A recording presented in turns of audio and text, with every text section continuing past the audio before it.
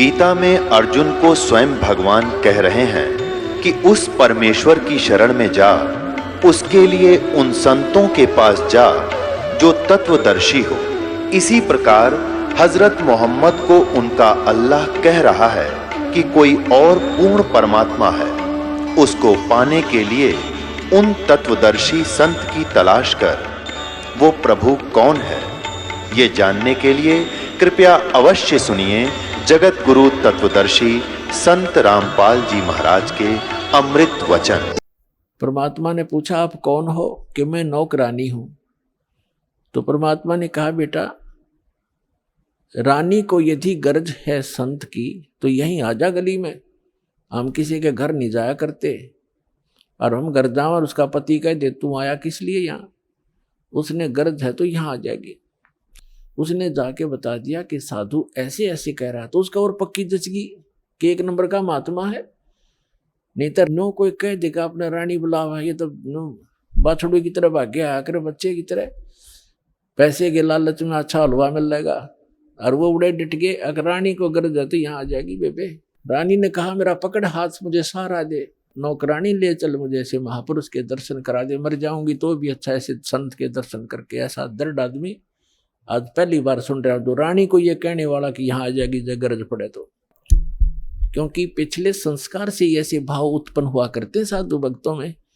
तो रानी ने जाकर देखा, वो मालिक का चेहरा विश्व में सबसे न्यारे सुंदर थे कबीर भगवान, जितनी बार भी आए हैं वो। और चरणों में मत्था टेका और कहा, महाराज आप भोजन कीजिए, आहार कीजिए। परमात्मा बोले, चल बेटा आहार कर लेते हैं। बैठ के जाकर एक आसन लगा दिया। रानी ने दुखी सुखी होकर नौकरानी के सहयोग से स्वयं भोजन बनाया और कहा, महाराज जी भोजन पाओ। तो परमात्मा ने कहा, बेटा आप इतना कोई रोग है आपको क्या, इतनी अक्सीन कैसे होगी? तो उसने सारी कहानी बताई कि मैं प्रतिदिन एक साधु को भोजन करा के भोजन करती थी। संत रहे नहीं क्योंकि वो कुंभ के मेले में स्नान के लिए चले गए। आज तीसरा दिन आ गया महाराज जी, आप ना आते तो आज मैं मर जाती। जब भोजन बना के परमात्मा के पास रखा तो कहा परमात्मा ने कि बेटी मेरा शरीर भोजन करने का नहीं है, मैं तो खाऊं या ना खाऊं मैं सदा एक रस रहता हूं। तो रानी बोली, जी ठीक है, भोजन नहीं खाओगे तो मैं भी नहीं खाऊंगी, मरना मंजूर है मुझे, मरना ही मुझे उचित है, मैं अपना जो है ना प्रतिज्ञा नहीं भंग कर सकती। तो परमात्मा ने कहा कि ला बेटा, कहते समर्थ इसी को कहते हैं जो चाहे सो कर दे। मालिक ने भोजन करा, फिर उससे पूछा, बेटा ये जो आपको ये हठ किसने बताया? रानी ने कहा कि मैंने अब गुरुजी बना रखे हैं, हमारे गुरु बहुत अच्छे हैं। परमात्मा ने पूछा, क्या साधना करते हो? कि श्री विष्णु जी की, श्री शंकर भगवान की, शेरा वाली माता की, जो भी वो करती थी, एकादशी का व्रत करती हूँ, तीर्थों पर भी जाती हूँ, ऐसे करती हूँ। फिर परमात्मा ने अपना ज्ञान समझाना शुरू किया। लेकिन वो रानी जो थी वो ज़्यादा भावुक होते श्रद्धालु। जैसे ये दास प्रारंभ में इन अन्य पंथों वालों को कहा करता था, जो भी आ जाता था संपर्क में सत्संग सुनने, कि भाई आपका नाम गलत, आपका गुरु पूरा नहीं है, आपकी साधना गलत है। ये राधा स्वामी, धन धन सतगुरु, जय गुरुदेव वाले और ये तो सारे निरंकारी वाले ये आते थे जो सुनकर सत्संग है। जब ये दास उनको यह सच्चाई बताता तो बेदक जाते, उठ कर चले जाते कि ना आप तो निंदा करते हो, किसी संत की निंदा नहीं करनी चाहिए, पाप लगता है। अरे भले आदमियों, निंदा क्या की मैंने? तेरे गुरु को चोर बताया ना, डाकू ठग बताया नहीं, उसके ज्ञान की त्रुटि बताई है, ज्ञान में कमी है आपके गुरुजी में। संत तो अच्छे ही होते लेकिन ना समझ में आई। ये श्रद्धालु होते हैं कि ना गुरुजी के बारे में कुछ नहीं सुन सकता, और अब आने लग रहे रोते हुए लुट पिट के, रोआ बरीत रहे, नाश हो गया। 30 साल हो गए राधा स्वामी में, जीवन खो दिया, सब कुछ लुट पिट गया, इकलौता पुत्र था वो भी मर गया। बता, अब टिंडे ले लो राधा स्वामी में, धन धन सतगुरु में। साची के 6 माह में गुस्सा होते थे। और यहाँ का इतिहास देख लो, सन 1994 से जो जुड़े हैं आज उनके ठाठ देख लो, और उनके घर में कोई दुर्घटना हुई तो आप पूछ कर देख लो, लाखों की संख्या में भक्त है। तो भगवान की शरण न्यारी होती है।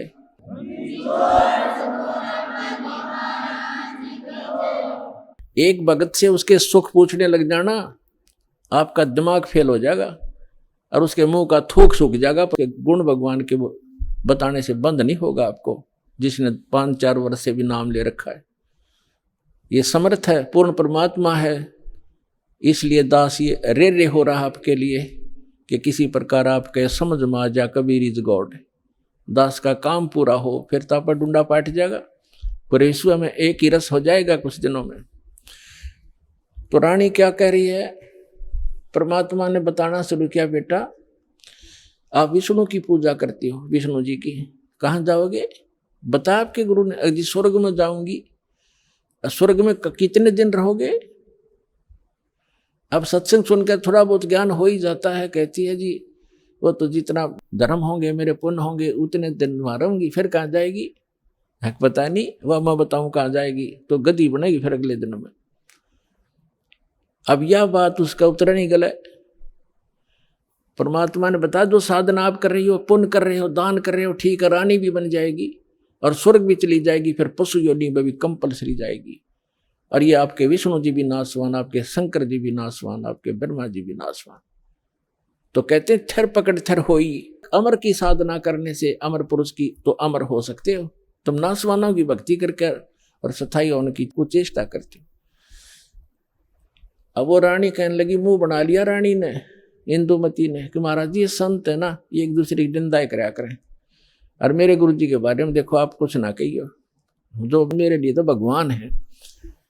परमात्मा बोले, बेटा अगर गधे ने कोई गाय को है और गधी को कोई ये बताओ ये गधी है गाय नहीं है बेटी, और वो नौकर मेरी गाय को गधी क्यों बताता है, तो दुख नहीं मान्या करते, उसकी जांच करे सचमुच क्यों कहा इसने ऐसी कड़वी बात।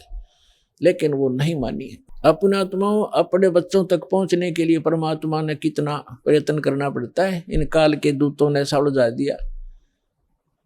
अब परमात्मा ने बहुत कोशिश की कि बेटा मैं तेरे हित की बात कह रहा हूं, मैं तेरे गुरु जी को चोर नहीं कहता, गुंडा डाकू नहीं कहता, उनको ज्ञान नहीं है, वो विष्णु जी को समर्थ शक्ति बताते हैं, विष्णु जी खुद नासवान है, तो आपकी रक्षा कैसे करेगा वो? शिव जी को आप भगवान मानते हो, परमात्मा ने बताया कि जिस समय भस्मागिरी नाम का एक संत भगवान तेरे शंकर जी के सामने ऊपर ने पैर नीचे ने सिर करके 12 वर्ष तपस्या की। आपने पढ़ा होगा पुराण में, कहाँ जी पढ़ रखा है, सुना है, पढ़ा भी है। और जो भस्मकंडा शिव से मांग लिया और भगवान शिव को मारने की चेष्टा करने लगा वो भस्मासुर, तो भगवान शिव जी ने क्या किया, भाग्य थे ना वो, तो वो अविनाशी है, जिनको तो अविनाशी मान रही, उनसे तू रक्षा की बात देखे, सुरक्षा, वो आप सुरक्षित नहीं। अब बात सारी साची, पर गुरु जी के बारे में सुनना कति पसंद नहीं, वो पिछला रंग चढ़ रहा कसूता। तब परमात्मा ने कहा, बेटा मान से मत मान, देखो मैं वैसे अपने आप को भगवान कहें तो कोई ना कतिये ना मानने जनता। परमात्मा ने कहा कि जिस भगवान की मैं भक्ति बताता हूं वो अजरो अमर है, उसकी भक्ति करने से आपकी आयु भी बढ़ जाएगी, जो मंत्र मैं दूंगा, और जो मंत्र आप जाप करते हो इससे आपकी उम्र ना बढ़ सकती ना घट सकती, और हम जो मंत्र देंगे उससे आपकी जितनी आयु आप चाहोगे वो बढ़ जाएगी। तो वो फिर भी ये कहती है जी इस तरह की बातें तो ये संत आपस में खूब जानते हैं, मुझे तो अपना गुरु बिल्कुल मेरे हृदय में समा रहे हैं। तो परमात्मा ने कहा, ठीक है बेटा, साच कहूं जग माने नहीं और झूठ कही ना जाई हो, और ब्रह्मा विष्णु ये शिव जी दुखिया जिन ये राह चलाई हो। तो परमात्मा ने कहा कि ठीक है बेटी, मैं चला, मान जाए मत मान, मेरा फर्ज था तेरे को सच्ची बात बताने का, और आज से तीसरे दिन तुझे सर्प डसेगा, तीसरे दिन तेरी सर्प के डसने से मृत्यु होगी, ना तेरा गुरु बचा सकेगा, ना तेरा विष्णु, ना तेरा शंकर जी बचा सकेंगे, और ना तेरा भक्ति यो मंत्र बचा सकेगा। और न्यू कह के महाराज जी उठन लगे, चरना पड़ गई। अब मौत दिखे है ना, जब जच्चा खाई बूढ़ी बन गया दे। साधु संत झूठ नहीं बोला करते, चरणों में गिर गई और कहने लगी महाराज सचमुच परमात्मा बोले 30 दिन आगे तेरी शेष आयु नहीं है और 83 लाख योनियों में जाएगी तू। फिर बोली महाराज जी फिर क्या करूं मैं मंत्र दूंगा बेटा, मंत्र जाप करिए और उस गुरु जी से बात भी मत करिए, जो दुश्मन है तेरा। देश तो ते सारा मर जा पर अपना नंबर ना हो, इतना कोई दिक्कत नहीं। जब अपना नंबर आता दिखा ना, जब की बंधा जीव की, तब सारी मान ली। ठीक जी जैसे आप कहोगे न्यू कर लूंगी। और मन में सोच रही कि देखूंगी 30 दिन क्या होगा। दीक्षा ले ली और गुरुजी ने बताया कि बेटा 30 दिन काल आवेगा और मेरे रूप में आवेगा। अरे एक ध्यान रखना, जो मैंने आपको मंत्र दिया प्रथम, जब वो निकट आवे तो पहले आप इस मंत्र का जाप करके और फिर प्रणाम करना। इस मंत्र का जाप करना, वैसे तो प्रणाम नहीं करना पहले। देखो उस समय उन्होंने विशेष हिदायत इसलिए दी थी आगे के लिए, फिर परमात्मा ने बताया था वैसे संत आवे पहले दंडवत करे और फिर उनसे कुशल मंगल पूछे। लेकिन उस दिन परमात्मा ने विशेष हिदायत दी थी क्योंकि उसका अभ्यास नहीं था लड़की का, इसलिए कहा कि जब मैं आऊं यानी मेरे रूप में काल आवेगा और तो भावुक होकर के बगैर मंत्र जाप किए चरण मत छूना, पहले मंत्र जाप करना और फिर चरण छूना। अब रानी ने किसी को बताया नहीं, ने सोचा क्या पता सच्ची है कि झूठी है। ठीक अगले दिन के 1 बजे के आसपास परमात्मा के रूप में काल गया, करुणामय के रूप में, और कहा इंद्रमती कहाँ है बेटा। अब इंद्रमती ने देखा गुरुजी आगे, लेकिन वो बात उसके हृदय में गड़ रही थी। गुरुजी ने ये भी बात कही थी तो उन्होंने प्रथम मंत्र सिमरण कर दिया। वो सारा जो कंप्लीट कोर्स यही है वो जो आपको दे रखा, उसके प्रथम मंत्र के प्रथम नाम से ही एकदम उसका स्वरूप बदल गया और ऐसी विकराल चेहरा, लंबे दांत और मोटी मोटी आंख, बेहुद्दी सी विकराल सी शरीर दिखाई दिया। तब उस काल ने देखा कि तेरा तो इसने आवरण उतार दिया। न बोला अब तब बचगी तू, तेरे पास मंत्र जबरदस्त है, तुझे फिर देखूंगा। अब रानी का जान बची लाखों पाए और गुरु जी के 100 शुक्र मनाए। अपने नौकरों को बताती है काल आया था, आज मेरी मृत्यु होनी थी, मैंने जो गुरुजी बनाए हैं मेरी उम्र बढ़ा दी। अब ना तो राजा को बताई, उसके दरबार में जाके राजा ने बोला तू पड़ी रह, काल आ जाता तने छोड़ जाता, ये तुमने ऐसे कहती रहती हो, कोई कुछ कह दे उसकी बातों में आ जाती हो। तो उसके साची भी तेरी बेचारी के साथ वो राजा की के माने वो आगी वापस, शुक्र मनाया रख आगी तो तेरी टलगी मृत्यु, छाटते आके लेट गई। है भगवान, हे परमात्मा दया करिए, आपने इसे गुरु मिला, ऐसा मंत्र दिया और मेरा जीवन रक्षा होगी। अब वह लेट गई बेड पे कति खुशी बना के, इतने में काल सर्प बन के आ गया। सर्प बन के आया और रानी के डस दे उसकी आंख खुली और फिर वो ऐसे ऐसे जाता देखा, उसने शोर बचाया, भागियो, डस ली सर्प ने, डस ली सर्प ने, डस ली। नौकर नौकरानियां आए, बाजे लठले, वो लंबा महल था राजा का, वो जो जाता दिखा सबने, मोरी में से निकल गया। रानी अचेत होगी, मृत्यु को प्राप्त होगी। राजा के घर तक सब प्रकार के वैद्य उपस्थित रहते थे, डॉक्टर बुलाए, वैद्य बुलाए, गार्डू बुलाए, सारा कुछ कर दिया और सब ने मृत घोषित कर दी। तब परमात्मा आ गए तो नौकर नौकरानियां कहने लगी, जिन देखे थे भगवान उस दिन, वो नौकरानियां कहने लगी महाराज जी आपकी शिष्या को सर्प ने डस दिया, तब सर्प से मृत्यु होगी, हाहाकार मच गई। तो परमात्मा ने एक बहाना सा करा, मंत्र शब्द बुझाया और कहा उठ बेटी, 1 सेकंड में रानी खड़ी होगी। बोलो सतगुरुदेव।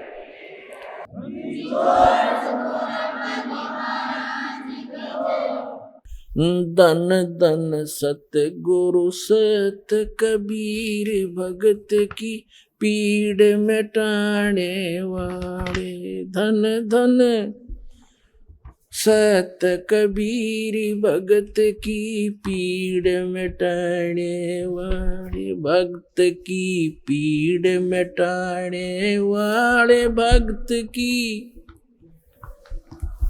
वाले धन धन सतगुरु सत कबीर भक्त की।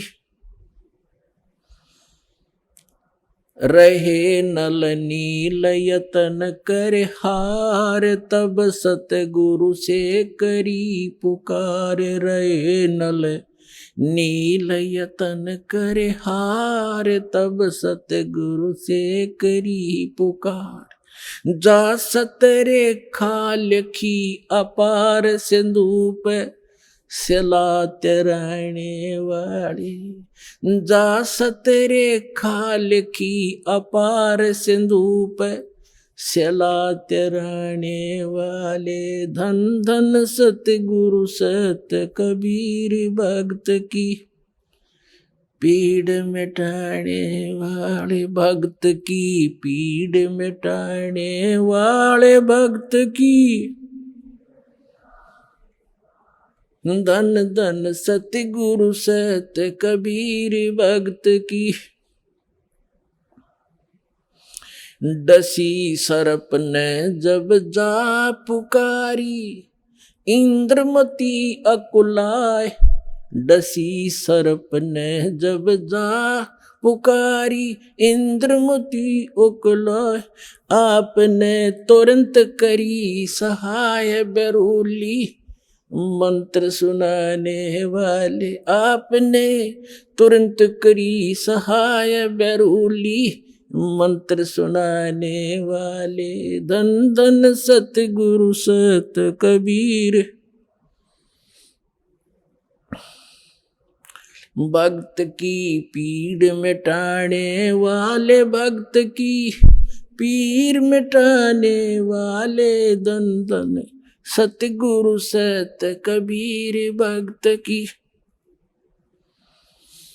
दामोदर सेठ के होठ अकाज, अर्ज करी डूबता देख जहाज। दामोदर सेठ के होठ अकाज, अर्ज करी डूबता देख जहाज। लाज मेरी रखियो गरीब नवाज, समुद्र से पार लंघाने वाले। लाज मेरी रखियो गरीब नवाज, समुद्र से पार लंघाने वाले। धन धन सतगुरु सत कबीर भक्त की भक्त की पीड़ मिटाने वाले, भक्त की पीर मिटाने वाले। धन धन सतगुरु सत कबीर। कह कर जोर दीन धर्मदास, दरस दे पूर्ण करियो आस। कह कर जोड़ दीन धर्मदास, दरस दे पूर्ण करियो आस। मेटियो जन्म मरण की तरास, वो सत्य पद प्राप्त कराने वाली। मेटियो जन्म मरण की तरास, वो सत्य पद प्राप्त कराने वाले। धन धन सतगुरु सत कबीर भक्त की पीड़ मिटाने वाली, भक्त की पीड़ मिटाने वाले, भक्त की पीड़ मिटाने वाले। धन धन सतगुरु सत कबीर भक्त की भक्त की पीड़ मिटाने वाले, भक्त की पीड़ मिटाने वाले। धन धन सतगुरु कबीर भक्त की। कह कर जोड़ दीन धर्मदास, दरस दे पूर्ण करियो आस। कह कर जोड़ दीन धर्मदास, दरस दे पूर्ण करियो आस। मेटियो हो जन्म मरण की तरास, सत्य पद प्राप्त कराने वाले। धन धन सतगुरु सत कबीर भक्त की पीड़ मिटाने वाले। डसी सर्प ने जब जाए पुकारी, इंद्रमती अकुलाए, आपने तुरंत करी सहाय, बिरहुली मंत्र सुनाने वाले। परमात्मा ने लीला की। रानी ने पूछा महाराज ये कौन सा मंत्र था? परमात्मा ने कहा बेटा बिरहुली मंत्र है। बिरहुली मंत्र क्या? कि राम नाम जप बिरहुली, गुरु की शरण में रह बिरहुली। वो तो एक बहाना बनाया था कि इस बालक को बढ़ा दूं, लेकिन वो तो समझ सकती है मंत्र की क्या आवश्यकता उसको। अब रानी की खुशी का ठिकाना नहीं रहा और राजा का भी दचगी, गारडू भी फेल, वैद्य भी फेल। इतना जरूर मान लिया संत ठीक है, लेकिन राजा की बुद्धि 7वें आसमान पर होती है। पुण्यकर्मी प्राणी होते हुए भी वो दुर्भागी होता है जो भक्ति नहीं करता, और रानी होते हुए या राजा होते हुए जो भक्ति करते हैं, सत साधना करते हैं, चाहे कैसी भी कर रहा है। परमात्मा कहते हैं चाहे कोई भक्ति करे कपट की और उसको भी अपनाऊं, और श्याम दाम दंड भेद से ती फिर सीधा मार्ग लाऊं। अब देखो परमात्मा काल को आने भी नहीं देता, इसलिए आने दिया रानी का जच्चा ना हो या बात।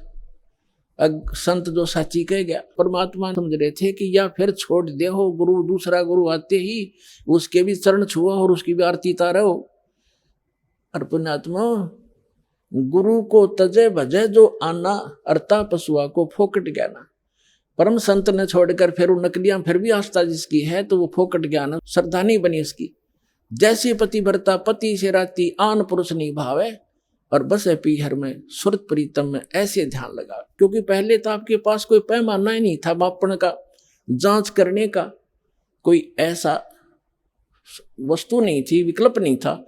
अब दास आपको पहले संत को जांचने के पैमाने देता है कि इसे नाप के देख लियो जिसके पास ये ज्ञान है। जैसे धर्मदास जी भी पहले ऐसे दूसरी साधना करता था। जब परमात्मा ने उसको सच्चा ज्ञान सुना, वो फिर भी बुद्धि भ्रष्ट हो गई थी बीच में, तो फिर परमात्मा मिले नहीं थे। तो उसने सोचा साधु संत के रूप में मिले थे, कोई भी संत मिलता धर्मदास उसके पास जाता और जाते ही कहता महाराज जी ठीक सो, कहा आजा बच्चा ठीक है। तो उसने पूछा जी वो क्या प्रश्न करता था कि ब्रह्मा विष्णु महेश के माता पिता कौन है? तो वो कहता था अरे ये तो अजरो अमर है, सर्वेश्वर है, ये कहाँ से बात उठा लिया? तो तभी उठकर चल पड़ता था कि ना ये संत नहीं है। तो उसके पास एक पैमाना था उनको जांचने का। और जब उसने परमात्मा मिले दोबारा, फिर वो तो पूरा काम उनका होना ही था। तो पहले तो आपके पास कोई ऐसा था नहीं मेजरमेंट टेप जिससे आप उसको नाप सकते थे, तोल सकते थे, जांच सकते थे। और जब पूर्ण संत मिल जाए फिर भी वो नहीं वास्ता है, वो तो जीवन नाशक है आपके। हाँ, उनको समझाने की चेष्टा करो गुरुजी। पहले जो गुरुजी थे कि भक्त महाराज जी आदर से बोलो, आप गलत दिशा पर जा रहे हो, इन प्रश्नों का उत्तर तो आप दो, और नहीं ताजा मेरे साथ अपना नाम लो, कल्याण कराओ। इतना यारी है उनके साथ, उससे आगे दोस्ती मत रखना। परमात्मा इस काल को नहीं आने देते किसी रूप में, उस घर में झांक भी नहीं सकता काल। तो दाता ने इसलिए छोड़ा था कि वो अपना कर लेगा काम। इस बेटी का भी यकीन हो जाएगा, नया जीवन फिर नाश कर देगी, बीच में डूब देगी सारी कहानी में। तो उसके बाद ऐसा दृढ़ विश्वास हुआ उस लड़की के, और परमात्मा बिना कुछ भी दिखाई नहीं दे। ना वो राजा मना करे फिर, इसका तो जीवन दान मिल गया मेरी रानी का इस संत से। परमात्मा आते जाते रहे घर पे, ज्ञान सुनाते, भोजन करके उसको उद्धार करते, उसका धर्म बनवाते। तो एक दिन रानी ने कहा कि महाराज मेरे पति को भी समझा दो। अच्छा बेटा बुला ले उसको। राजा बुला लिया। परमात्मा लागे समझाने के भाई परमात्मा की भक्ति करनी चाहिए, और ये राजपाट सदा नहीं रहता, एक दिन मृत्यु भी होएगी, परमात्मा की भक्ति करते रहना। तो राजा क्या कहता है, महाराज जी देखो मैंने तो पार्टी अटेंड करनी पड़ती है, क्यों गुटी छुट्टी लानी पड़ती है, और मेरे पास समय नहीं है, लेकिन मैं आपकी चेली न मना नहीं करता, कितना या दान करो और कितना सत्संग करवा लो, मेरे बस की बात नहीं है भक्ति भक्ति करना। परमात्मा ने समझा देखो राज भी करो भक्ति भी करो, भक्ति में क्या लगता है, आप पार्टियों में जाते हो, शराब मत पियो। वैसे तो साधु संत हो जाएंगे, पार्टी सुहावें को नहीं आपने, फिर भी किसी कारणवश जाना पड़ जाता है तो वहाँ काजू खाओ, किशमिश खा लो, भाई बादाम खा लो और सेब संतरे खा लो। ये शराब डंगा क्यों पियो? तो बहुत समझा, अग्नि महाराज जी मेरे बस की बात भी, फिर देखूंगा। कुछ दिन के बाद परमात्मा ने फिर प्रार्थना करी, बार बार रह कर समझाया, मान्या नहीं। लास्ट में ये कह दिया कि महाराज जी देख, मुझे ना कहा करो आप, और आपकी चेली ने मैं मना नहीं करता, तो सारे खजाने लुटा दे, और मैं कति बाधक नहीं बनता इसके बीच, मेरे बस की बात नहीं। तो परमात्मा कहते, कबीर पिछले पाप से हरि चर्चा ना सुहावे, और कह ऊँगे कह उठ चले ना और बात चलावे। तुलसी पिछले पाप ते हरि चर्चा ना भावे, जैसे जबर के बेग ते भाई भूख पैदा हो जा। तो जिसके पाप गणे बढ़ जाते हैं उन्हें राम नाम की मनुखा दाख भी कड़वी लगती है। जैसे जबरग्रस्त रोगी को मनुखा दाख, सेब संतरे, रोटी भी कड़वी लगती है, वो मीठी वस्तु भी उसको कड़वी महसूस होती है। बुखार ने उसके शरीर की व्यवस्था इतनी बिगाड़ दी। इसी प्रकार पाप कर्मों से ग्रस्त प्राणी इस परमात्मा की मनुखा दाख सेब को खा नहीं सकता। उसके लिए तरीका है, जैसे कुनीन होती है मलेरिया का नाश करने के लिए, और कुनीन भी कड़वी, बुखार को सेट करने के लिए जिससे कड़वी वस्तु लग, उसके लिए कड़वा ही खाना पड़ेगा, न चाहते हुए फांकी मारनी पड़ेगी, और उस कड़वी दवाई खाने से रोग नाश हो जाएगा, फिर वो मीठी लगने लग जाएंगी। इसी प्रकार ये सत साधना भगवान की कथा ना चाहते हुए सुनते रहना चाहिए, फिर वो रोग नाश हो जाएगा। कुछ पाप ऐसे होते हैं जो परमात्मा के सच्ची ज्ञान के सच्चे वचन से, परम संत के वचन से, मुख से बोले हुए वचन से वो शीघ्र नाश हो जाते हैं, और फिर वो भूख जागृत हो जाती है भगवान की कथा की। ऐसे बहुत से व्यक्ति हैं, शुरू शुरू में वो सुनते भी नहीं थे, अब आज 500 किलोमीटर से चलकर और 10वें दिन यहाँ आ जाते। अब उनका पाप कर्म का बुखार उतर गया। अब परमात्मा ने कहा था कि बेटी आज तू 40 वर्ष की थी जब तेरी डेथ होनी थी। उसने कहा जी हाँ बिल्कुल ठीक 40 वर्ष की थी जिस दिन मेरे को सांप लड़ा, सर्प डसा, और अब मैं चाहूंगा जब मरेगी तू, काल नहीं मार सकता तुझे। अब वो रानी होगी 80-82 वर्ष की। वो 1-2 बार उसने खुद भी कहा महाराज अब मुझे तो भेज दो सतलोक, सारा काम हो लिया। परमात्मा बोले बेटी देख ले, कोई पोता पोती में आस्था तो नहीं है, त्रिकार कोठी में, घोड़े कोठी में दैया आस्था रहेगी ना ऊपर, यहाँ तो तू फॉर्मलिटी करेगी, और ऊपर जाकर तो कति तेरी बार दिखाई देगी शीशे की तरह, फिर वो वापस पटकनी पड़ेगी। मैंने अगना जी आप तो अंतर्यामी हो, मेरे कोई मन में नहीं है, मैं तो कति फारिग हो रही हूँ, अपने ज्ञान ऐसा दे दिया, मृत्यु तो होनी ही है, चलते हाथ पाँव हो जाओ और अच्छा है। तो जब वो 80-82 वर्ष की होगी तो परमात्मा ने कहा कि ले चल इंद्रमती सतलोक चलते हैं। चलो जी, अब परमात्मा के लिए आए थे और किसी को नहीं दिखाई दे रहे थे, और इंदुमती को दिख रहे थे, वो चलेगी। औरों के देखने लगे रानी मरगी, रानी मरगी, क्या हो गया, पेरानी हार्ट फेल हो गया, कुछ भी कहते रहो, वह गई अपन, उसको पता भी नहीं तो मरी है। तो मान सरोवर है ऊपर एक, यहाँ पर मान सरोवर है, उस मान सरोवर पर जाकर कुछ दिन के लिए इस जीव को वहां रखा जाता है।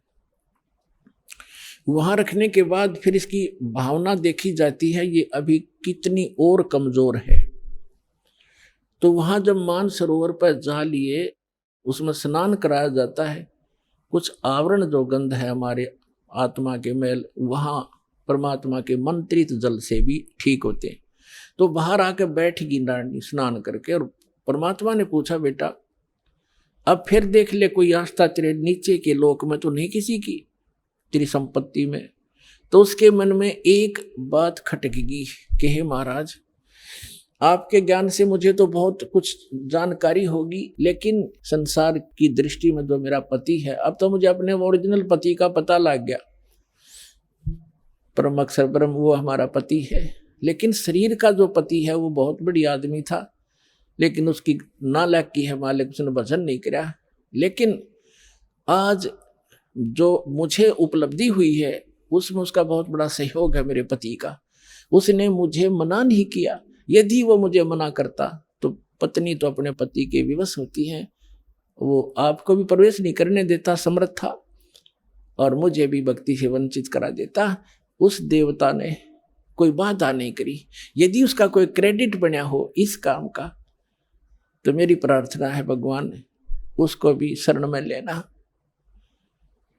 पुण्यात्मा परमात्मा जान गए कि यह भी कमजोरी ये है। जैसे कल बताया था, एक वृद्ध व्यक्ति डॉक्टर के पास चला गया, कमजोर सा होता ही है वृद्ध, मांस खत्म, अस्थि पिंजर शेष। डॉक्टर से कहने लगा, डॉक्टर जी मेरी पिंडी भड़के हैं, पिंडियों में दर्द होता है, पिंडलियों में। डॉक्टर ने देख लिया, दूर रहते हैं, कमजोर वीकनेस के कारण है कि कमजोरी है बाबा। फिर कहने लगा जी मेरी सांथल भी दर्द करती है। डॉक्टर बोला कमजोरी है बाबा। मेरे सिर में दर्द रहता है डॉक्टर जी। डॉक्टर बोला जी कमजोरी है। फिर बोला मैं खड़ा होता हूँ चक्कर सा आता है। डॉक्टर बोला कमजोरी है। वो वृद्ध गुस्सा हो गया, ने बोला तू डॉक्टर है गम चक्कर, एक के बाद जाना है कमजोरी कमजोरी, कुछ और भी बतावेगा। तो डॉक्टर बोला यह भी कमजोरी है, क्योंकि कमजोर आदमी ने गुस्सा आया करे, ये भी ड्यू टू कमजोरी है, वीकनेस है। तो पुण्यात्मा परमात्मा जानेंगे अज्ञा भी कमजोरी है जो या बोल रही है, उसके प्रति इसका लगाव शेष है या आप भी डूबेगी। तब कहा बेटा तू यहाँ रुक कुछ दिन। अब राजा 90 वर्ष का हो गया था, अट्टा कट्टा शरीर, अच्छे खावे खादू, लावे घुटी, किसमस बादाम और लाल चेहरा। अब जो सोचा था 100-125 वर्ष तो जिया ही करें नो खूब। अब राजा आया, चौक में आया बाहर से घूम के, 90 वर्ष की उम्र होगी थी, और आते ही नीचे उतरा घोड़े से, नौकर आसपास खड़े, अंगरक्षक साथ से बाहर से आए थे, और पलंग तक भी नहीं पहुंचा, गद गिरा और टट्टी पेशाब निकल गई, यम के दूत खड़े दिखाई दे, जबान बंद होगी, उसका टाइम आ गया, सेकंड भी नहीं दे, एक सांस भी नहीं दे काल तो, और खिंच खिंच कर सांस लग गया, टट्टी पेशाब निकल गई, आंखें फट गई। वैद्य बुद्धों ने अपनी सारी जंतर मंतर कर लिए, सारी दवाई दे दी, फिर वो समझ गए कब इसका अंत समय है। तब परमात्मा ने कहा कि देख बेटी उस अफलातून की क्या हालत हो रही है, देखो यम के दूत खड़े चारों तरफ और उसको कैसे डरा रहे हैं, उसकी जुबान बंद कर रखी है उन्होंने, अब ये बोल नहीं पा रहा, और धरती तोलता फिरे था, कहे कि नहीं मानने था।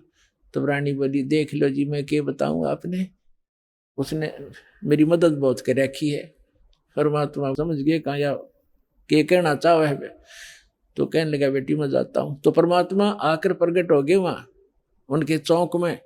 कबीर साहब के आते ही यम के दूत ने हो गए, एकदम गायब हो गए, राजा होश में आ गया, और उसने सामने परमात्मा खड़े दिखाई दिए, चरणों में पड़ गए, और वो यम के दूत आकाश में दिखे, वो नो देखकर कभी भगवान की तरफ देखे। परमात्मा बोले भाई आज तेरा एंड आ गया था चंद्र विजय, तेरा सांस शेष नहीं था। ने बोला जी सही बात है। तो परमात्मा बोले अब क्या चाहिए तुझे, अगर जी मैंने भक्ति दे दो, भक्ति दे दो, भक्ति करूंगा। तो अपने आत्मा अब आँख खोल आदमी की जब पक्की यकीन हो जाए कहाँ टिकट कटेगी, तब भगवान दिखाई देता है। कहते हैं दुख में सुमन सब करे, सुख में करे ना कोई, और जय सुख में सुमन कर ले दुख क्यों होए। तो परमात्मा बोले 2 साल दूंगा तेरे को, और 2 वर्ष में जो भक्ति कर लेगा तो ठीक से, ना तो फिर तेरी बिरान मिट्टी हो जाए। दे के बच्चों ने राजपाठ और बैठ गया माला लेके।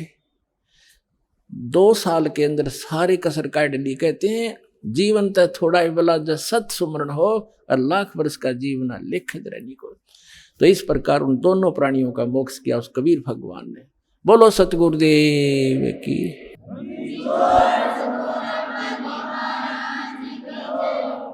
तो कबीर साहब कहते हैं भक्ति बीज होए जो हंसा, और तारों तास के 71 वंशा। आपकी 101 पीढ़ी पार करेगा भगवान, ये सत्कर मान लियो, लगे रहना आखिरी सांस तक। बोलो सतगुरुदेव।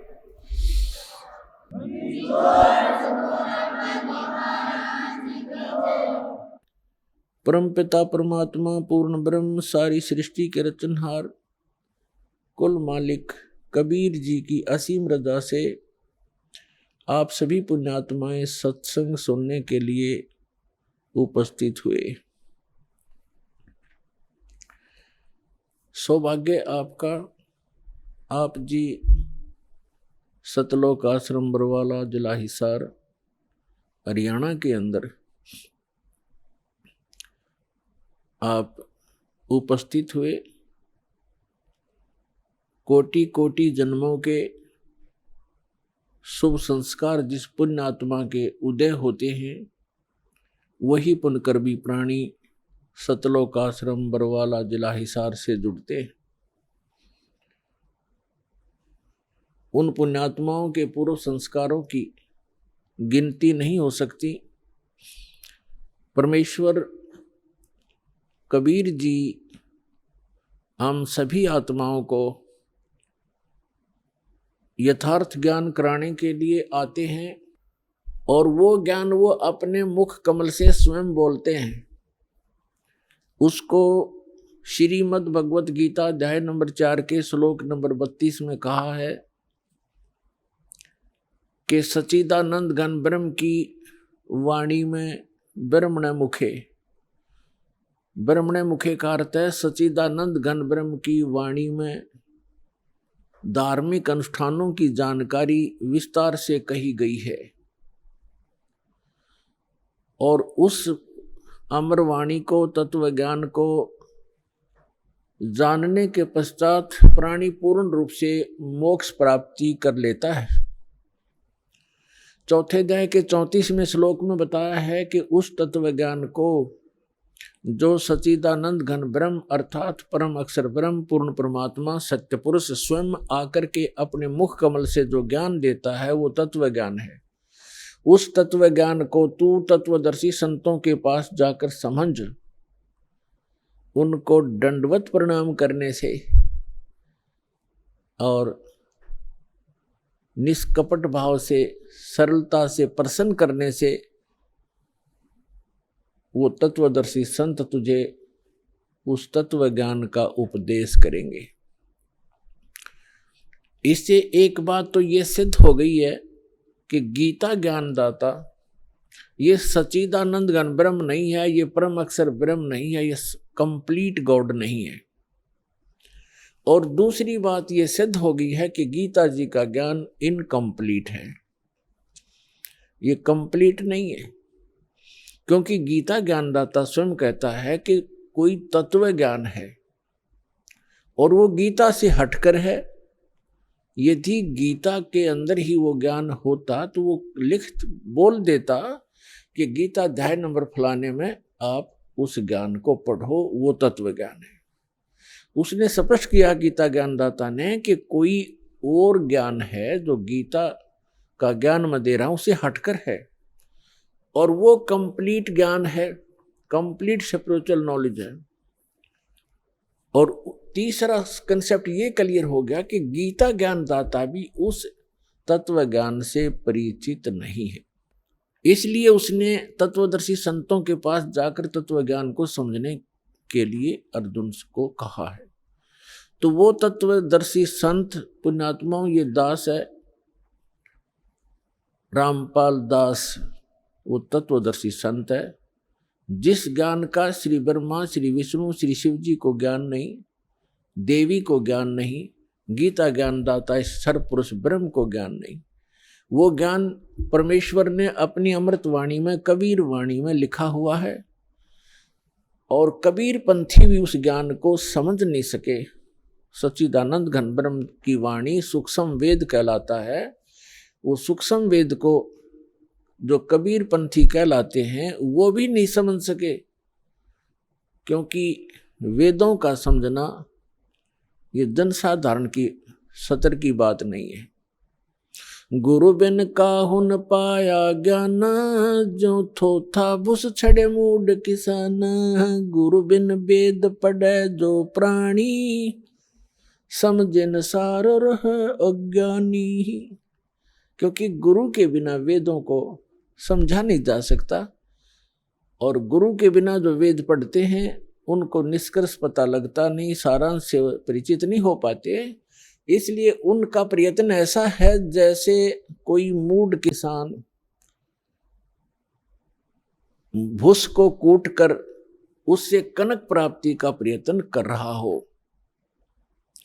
जैसे धान की पराली पड़ी हो कहीं पर, और उस पराली को कोई कूट रहा हो, और उससे कोई पूछे क्या कर रहा है, कि धान निकाल रहा हूं, तो उसका व्यर्थ प्रयत्न है। वो बुद्धिमान व्यक्ति नहीं है, या तो शराब के नशे में या कति मेंटल है। तो इसी प्रकार बताया है कि वेदों का गुरु के बिना पढ़ना,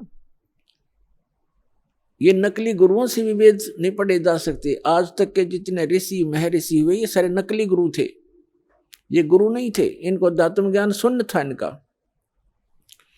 गुरु स्वयं परमात्मा आते हैं। तुम साहेब तुम संत हो, तुम सतगुरु तुम हंस, गरीब दास तेरे रूप बिन और न दूजा अंश। आदरणीय स्वामी रामानंद जी ने जब परमात्मा को सचखंड सतलोक यथास्थान पर देखा और फिर उसको यहां पर भी बनारस में भी देखा, काशी में देखा उस कबीर भगवान को, तब कहा था दोहू ठोर है एक तू और भया एक से दो। गरीबदास जी इन चित्रण कर रहे हैं जैसे तुलसीदास जी ने रामायण को चित्रण किया।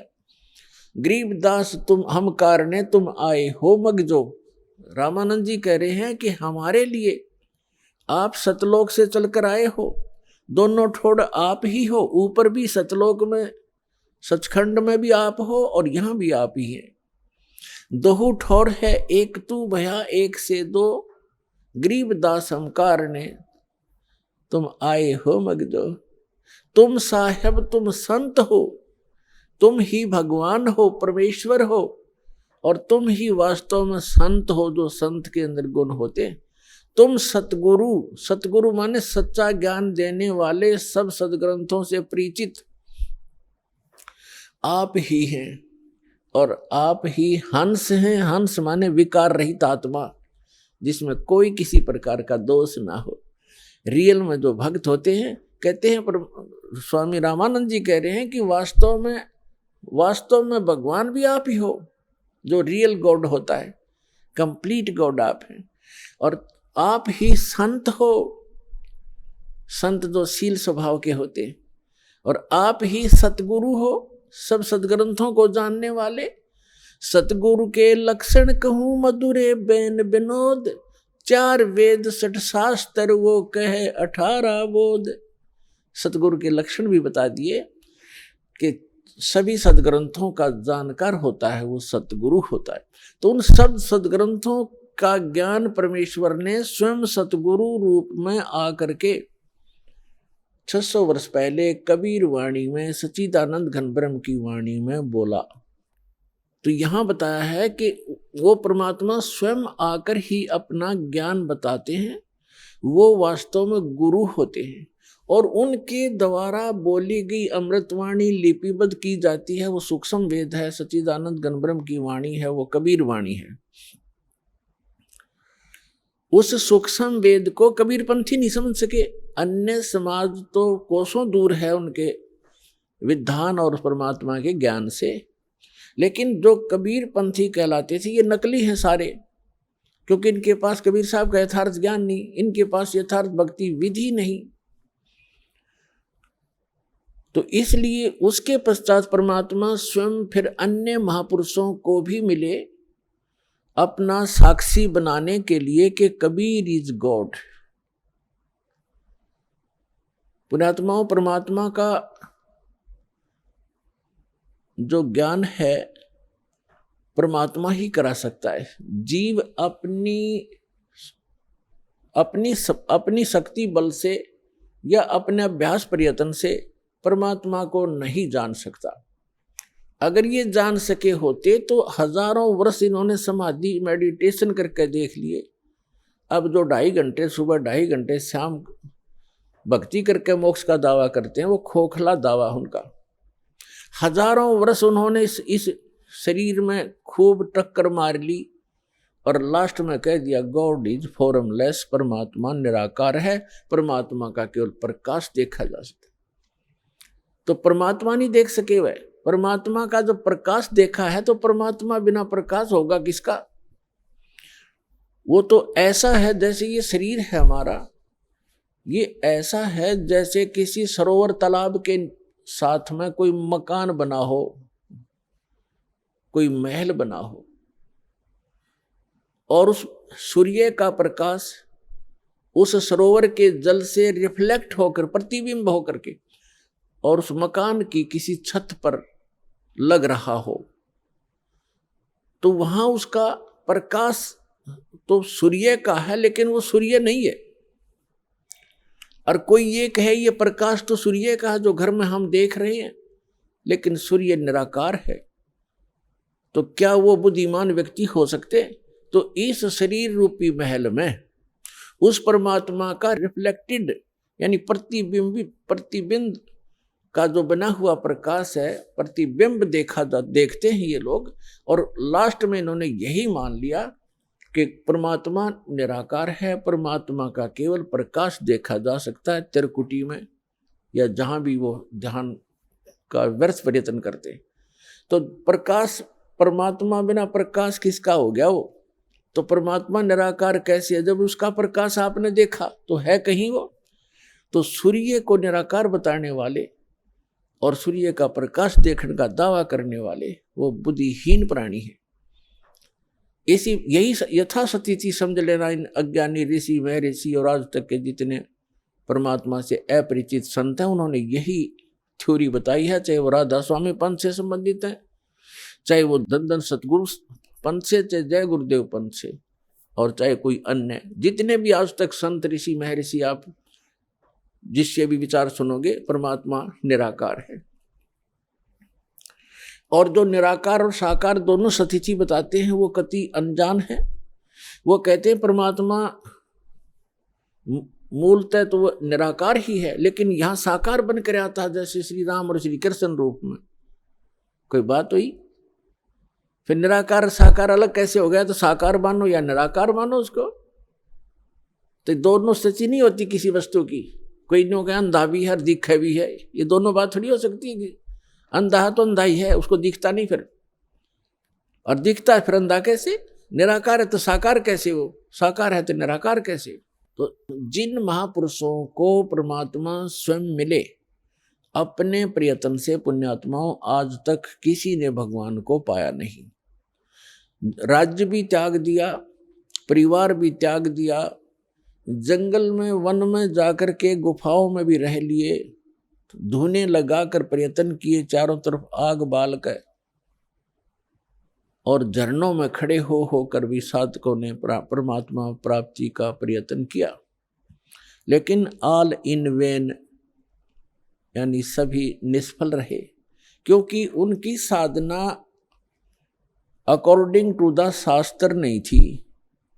उनकी साधना शास्त्र अनुकूल नहीं थी, मनमाना आचरण था।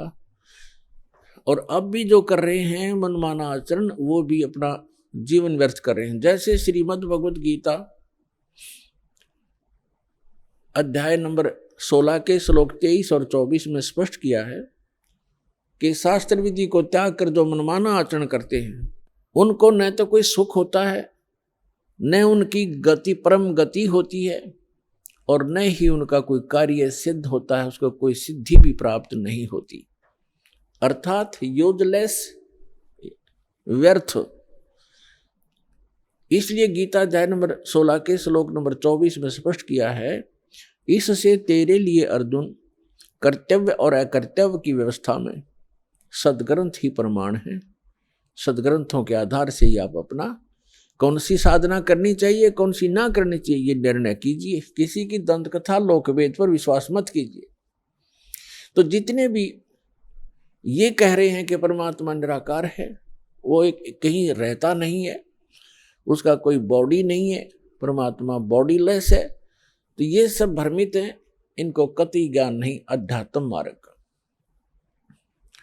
और जिन महापुरुषों को परमात्मा आकर मिले वो स्वयं ही आकर मिले, उनका एक विधान है, वो ऐसी लीला करते ही करते हैं जैसे हमारे वेद प्रमाण करते हैं। ऋग्वेद मंडल नंबर 9 सूक्त 86 मंत्र 26 और 27 में, ऋग्वेद मंडल नंबर 9 सूक्त 82 मंत्र 1, 2, 3 में, ऋग्वेद मंडल नंबर 9 सूक्त 54 मंत्र 3 में, ऋग्वेद मंडल नंबर 9 और सूक्त 94 के मंत्र 1 में, ऋग्वेद मंडल नंबर 9 सूक्त 95 के मंत्र नंबर 2 में, ऋग्वेद मंडल नंबर 9 सूक्त 96 के 96 के 16 से मंत्र 16 से लेकर 20 में, ऋग्वेद मंडल नंबर 9 सूक्त 20 के मंत्र 1 में, ऋग्वेद मंडल नंबर 9 सूक्त 1 मंत्र 8 और 9 में। और भी अनेक स्थानों पर यह प्रत्यक्ष प्रमाण है कि परमात्मा ऊपर रहता है सतलोक में, तेजो में, लोक में, धाम में। वो एक पृथ्वी है जो स्वप्रकाशित है और वहां परमात्मा एक राजा के समान विराजमान है सिंहासन पर, यानी तख्त पर। सिंहासन पर कहो, तख्त कहो, जैसे कहते थे ना दिल्ली के तख्त पर बाबर का राज्य इतने वर्ष तक रहा। तख्त माने सिंहासन, गद्दी। तो अनंत कोट ब्रह्मांड के कंट्रोलर के सिंहासन यानी तख्त पर वो परमात्मा राजा के समान विराजमान है और वहां से गति करके आते हैं, अच्छी आत्माओं को मिलते हैं और उनको यथार्थ ज्ञान कराते हैं, अपने से परिचित कराते हैं। वो लीला कबीर परमात्मा ने, अल्लाहु अकबर ने, सच्चिदानंद घन ब्रह्म ने की है, जो काशी में 120 वर्ष तक जुलाहे की लीला करके सहस्री राय थे, सहस्री चले गए। अपने गुणों के अनुसार वो परमात्मा किन किन महापुरुषों को कलयुग में मिले, जो दास के नोटिस में है, नॉलेज में है। आइए अब हम उन श्रद्धालुओं के अनुभव जानते हैं जो जगत गुरु तत्वदर्शी संत रामपाल जी महाराज जी से दीक्षा प्राप्त कर चुके हैं तथा उनके द्वारा बताए गए भक्ति मार्ग पर चल रहे हैं। नमस्कार जी। नमस्ते जी। क्या नाम है जी आपका? हेमांगिनी भोई। हेमांगिनी जी, आप कहाँ से हैं? जी मैं संबलपुर जिला से हूँ और उड़ीसा राज्य का। संत रामपाल जी महाराज से नाम दीक्षा आपने कब ली? जी मैं 2012 जनवरी 2 तारीख को नाम दीक्षा मिली संत रामपाल जी महाराज जी से। संत रामपाल जी महाराज से नाम दीक्षा लेने से पहले आप क्या भक्ति साधनाएं करती थी? जी जो आम जो चलती थी घर में, जो सिखाते थे, मम्मी पापा सिखाए थे, ब्रह्मा विष्णु महेश गणेश दुर्गा जी, इनकी भक्ति करती। जब मैं उनसे दुखी हो गई जी थी, फिर मैंने ब्रह्मा कुमारी ज्वाइन कर रखी थी 2011 में। 6 महीने में ब्रह्मा कुमारी की मैं सेंटर जाती थी जी। तो वहाँ पे मैं दुखी हो गई क्योंकि 6 महीने के बाद जो मैं समझ में आया, कंक्लूजन ये मिला दैट कि जो ब्रह्मा कुमारी में जो मुरली आती है उसमें ये मुझे पता चला कि हम ब्रह्मा कुमारी में अच्छे गुण भर्ती करेंगे अपने अंदर और हम सत्य युग में जन्म लेंगे।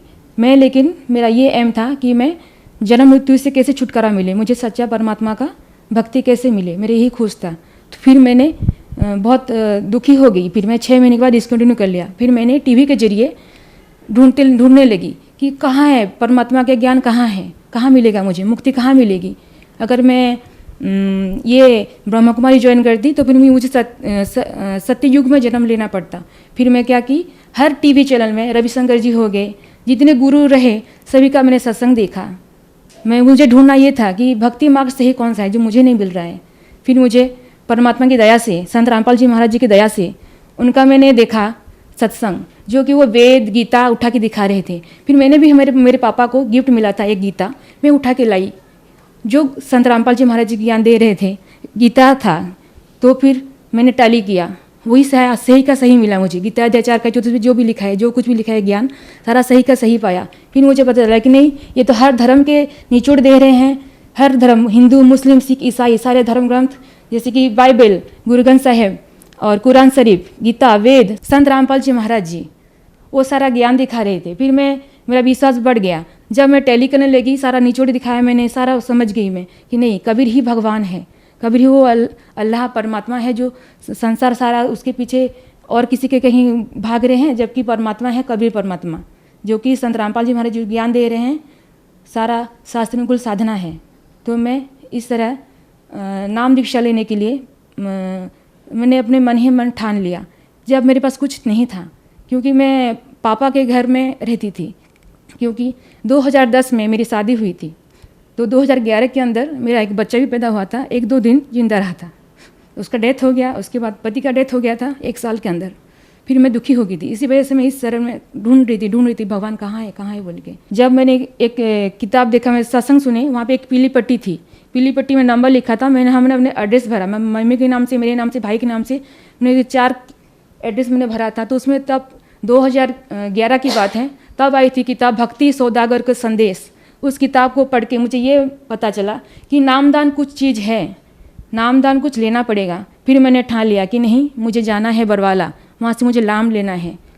फिर संत रामपाल जी महाराज की दया हुई जॉब मिलने के बाद, और फिर मैंने पापा को दिया था, पापा टिकट कटा लो और चलेंगे नाम लेने के लिए। परवाले जाके हमने संत रामपाल जी महाराज से नाम दीक्षा लिए। संत रामपाल जी महाराज से नाम दीक्षा लेने के बाद क्या आपको कोई लाभ भी मिले? जी, संत रामपाल जी महाराज जी से नाम लेके हमको विशेष बहुत लाभ मिला। मानसिक तरीके से, फाइनेंशियली कंडीशन सारा ठीक हो गया। और मेरी जितनी बीमारी थी, मैं सिकल सेल की बीमारी हूँ, मैं बचपन से मुझे खून चढ़ता था, हर साल में 1-2 बार चढ़ जाता था। और मेरे ये सिकल सेल में जो प्रॉब्लम होता है, जैसे कि ये कुहनी में गठिया जितना होता है सब दर्द होता है, और जो बंदा रहता है चल नहीं पाता है, काम कोई कुछ कर नहीं पाता है। जैसे कि मैं थी बहुत बीमार थी पहले, संत रामपाल जी महाराज जी की दया से जो सिकल सेल की बीमारी थी मेरी, तो पहले क्या होता था, गठिया बाद जितना भी मुझे दर्द होता था सारा कुछ, और मेरे ब्लड चढ़ता था, हर साल में 1-2 बार चढ़ता था ब्लड, वो सारा कुछ बंद हो गया। उसने डॉक्टर ने बोल रखा था कि आजीवन ये आपको दवाई खानी पड़ेगी, अगर ज़रूरत पड़ी तो आपको ब्लड भी चढ़ेगा। ये लाइलाज बीमारी है, और संत रामपाल जी महाराज जी की दया से अब मैं स्वस्थ हूँ और एक नॉर्मल लाइफ जी रही हूँ। मेरे रिपोर्ट है सारे, आप देख सकते हैं कि मुझे सिकल सेल था, वो भी डिजीज़ था, जो कि बहुत जो रहता है सबसे डिजीज बोलते हैं, एक ट्रेड रहता है हल्का सा रहता है, और जो डिजीज रहता है बहुत ज़्यादा गंभीर रहता है, वो डिजीज है मुझे, और मैं नॉर्मल ज़िंदगी जी रही हूँ। आप पता से कर सकते हैं, सारी रिपोर्ट है मेरे पास, अभी मैं नॉर्मल लाइफ जी रही हूँ संत रामपाल जी महाराज की दया से। लाभ जैसे कि बहुत बार ऐसा हुआ, मेरी नौकरी जाने वाली थी, मैं पंचायत राज डिपार्टमेंट में काम करती हूँ, एक गवर्नमेंट जूनियर इंजीनियर हूँ। बात होता क्या है कि बहुत बार, एक बार बरवाला कांड हुआ था, तभी हम 20-25 दिन रुक गए थे उधर, हम सत्संग सुनने गए थे। तभी क्या हुआ, जब मेरे आने के बाद, तभी मेरी जॉब कॉन्ट्रेक्चुअल थी, 2014 की बात कर रही हूँ, 2014 नवंबर 18, तो मैं आई थी 25 तारीख को मैं लौट आई थी उड़ीसा। तो फिर मैं वही नॉर्मल जॉब ज्वाइन की। मैंने जॉब ज्वाइन करने के बाद कोई एक शब्द भी मुझे नहीं बोला कि दैट कि क्यों तुम 25 दिन नहीं थी बोल के। ये है परमात्मा का, संत रामपाल जी महाराज जी का चमत्कार। और ऐसे सैकड़ों बार मुझे बचाए भगवान ने, हर एक्सीडेंट से, हर जगह से। ऑफिशियल में बहुत भी प्रॉब्लम हो, जो भी होता है, मालिक ऐसे परमात्मा संत रामपाल जी महाराज जी ऐसे सुलझा देते हैं, ऐसे पता भी नहीं चलता, सारा प्रॉब्लम का हल ही ऑटोमेटिक कर देते हैं संत रामपाल जी महाराज जी। उनका मंत्र में बहुत शक्ति है। परमात्मा की दया से, संत रामपाल जी महाराज की दया से प्रमोशन हुआ, 2017 में प्रमोशन हुआ है, रेगुलर हुआ अभी, पहले कॉन्ट्रेक्चुअल था जी। और शारीरिक रूप से ठीक हूँ, और मेरा मानसिक जो बीमारी था, मतलब मैं मेरा स्थिति असंतुलन था, जैसे कि मुझे जितना दुख था सारे मुझे पता चला मैं कौन हूँ, मैं कहाँ हूँ, मुझे कहाँ जानी चाहिए, मेरे लाइफ ज़िंदगी का एम क्या है, मेरी ज़िंदगी के जीने का मकसद क्या है, मुझे मिला नहीं था। जब संत रामपाल जी महाराज का ज्ञान मिला तब मुझे पता चला कि ज़िंदगी का मकसद होना क्या चाहिए, भक्ति कैसे करनी चाहिए, क्या होनी चाहिए ज़िंदगी में जरूरी। टीवी पर आज जो दर्शक आपको देख रहे हैं, अगर वो परेशान हैं, दुखी हैं और संत रामपाल जी महाराज से नाम दीक्षा लेना चाहते हैं, तो कैसे ले सकते हैं? मानव समाज से मेरा यही अनुरोध है कि आप संत रामपाल जी महाराज जी का ज्ञान सुने। देखिए आजकल वो आप टीवी में आता है, आपको उनका किताब मंगा सकते हैं, उनका साइट देखिए, गूगल पर सर्च करिए www.jagatgururampalji.org। आप यूट्यूब पर देख सकते हैं सतलोक आश्रम, आप देखिए, उनका ज्ञान सुनिए। अपने शास्त्रों से, अपने जो घर में जो भी रखा है आपने, गीता, वेद या गुरु ग्रंथ साहिब, किसी भी धर्म के हो आप उससे मिलाप कराइए कि आप बता रहे हैं ज्ञान, आप एक बार ज्ञान सुनिए और उनसे जुड़िए, जल्द ही जल्द उनसे जुड़िए। संत रामपाल जी महाराज जी खुद पूर्ण परमात्मा के अवतार हैं। वो संत रामपाल जी महाराज जी कोई मामूली इंसान नहीं, वो भगवान है। नाम दीक्षा आप देखिए, पीली पिट्टी आती है सत्संग के दौरान, या फिर आप नेट पर सर्च करें गूगल पर www.jagatgururampalji.org। आप वहाँ पर नंबर वगैरह मिलेगा, आप कॉन्टैक्ट करिए। आपको नज़दीकी जिले, हर स्टेट में आपको नामदान केंद्र मिलेगा, आप वहाँ पे कांटेक्ट करिए नंबर पे, आपको नज़दीकी नामदान केंद्र का पता चल जाएगा, आप जुड़ सकते हैं इजीली। धन्यवाद जी। नमस्ते जी।